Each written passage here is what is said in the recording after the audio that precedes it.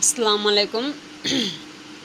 আমাকে একজনে বলছে যে আমি টিকটক করি কে, আমি ইউটিউব করি কে, আমি ফেসবুক চালাই কে। তো এসব চালাইতে না যোগ্যতা লাগে। যে যোগ্যতা করতে পারে সে সব চালাইতে পারে। আমি আগে কিছুই জানতাম না, কিন্তু আমার জামাই একদিনকা ফেসবুক দেখাইছে। তো আপনাদের সাথে শেয়ার করি। গলাটা খারাপ।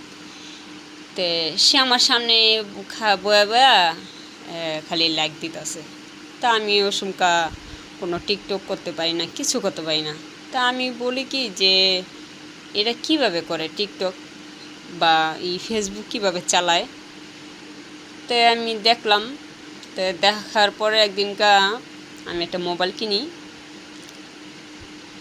ওর সঙ্গে মোবাইলে বহুত দাম আসলো না, কিন্তু আমার লিগে অনেক দামি ছিল। তো একটা হাওয়াই মোবাইল কিনলাম। কেনার পর আমি একটা ফেসবুক চালু দিলাম। এই প্রথম আমার জামাই থেকে আমি শিখছিলাম যে ফেসবুক কিভাবে চালানো হয়। তা আমার সামনে বসে বসে একজনের লাইক দিতেছে, করতেছে, কমেন্ট করতেছে। আমি দেখলাম একটা করে দিতেছে। তা আমি জানি না এটা কি জিনিসটা কেমনে চালায়। তো এরকম করতে করতে আমি একজনের একটা ফেসবুক খুললাম। তো খোলার পরে আমি আস্তে আস্তে শিখছি। শিখতে শিখতে এ পর্যন্ত আইছি। এখন অনেকে বলে যে ওই ফেসবুক চালায়, ওইটা চালায়, ও টিকটক করে। আমার এটা নিয়ে অনেক মাথা ব্যথা। তা মাথা ব্যথা হলে কেউ যার যারটা শখ, আমিও তো শখেই করছি। তারপরে এটা কিছুদিন বন্ধ দেওয়ার পরে আমি আবার ফেরা চালু দিছি। তো যাই হোক, অনেকের মাথা ব্যথা, সেটা আমার দেখা লাভ নেই। যার যার মাথা ব্যথা তার কাছে।